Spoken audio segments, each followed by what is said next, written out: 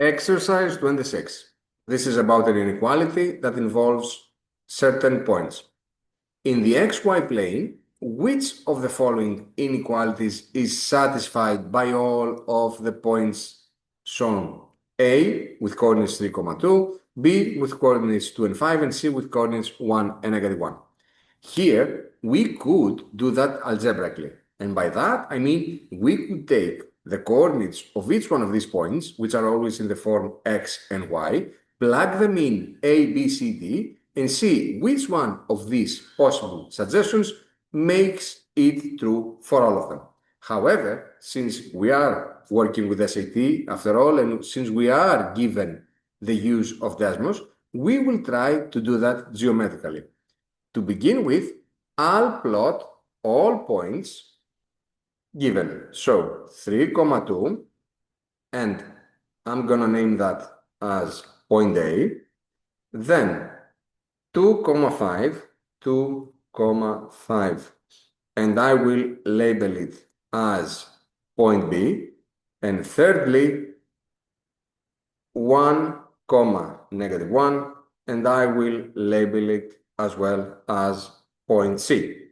Now, let's make sure that I can see them all. Where is C? Yes, A, B, and C. What I'm going to do next is I will draw these inequalities. Y greater than -x. Y is greater than -x means that no, what am I looking for? I need to find a region that includes all of them. But why this one is not a good choice? Because C is exactly on the border of this region. However, we're not talking about y greater or equal than -x. We want them to be on top of that region. So that's not it. Let's move then to greater or equal. If I cannot find the greater or equal, it should be here than -x. Here, yes, we do see that all these 3 points are in this region, including C, which is on the border of it, but that's why we have greater or equal. Let's see why C would not be a right choice.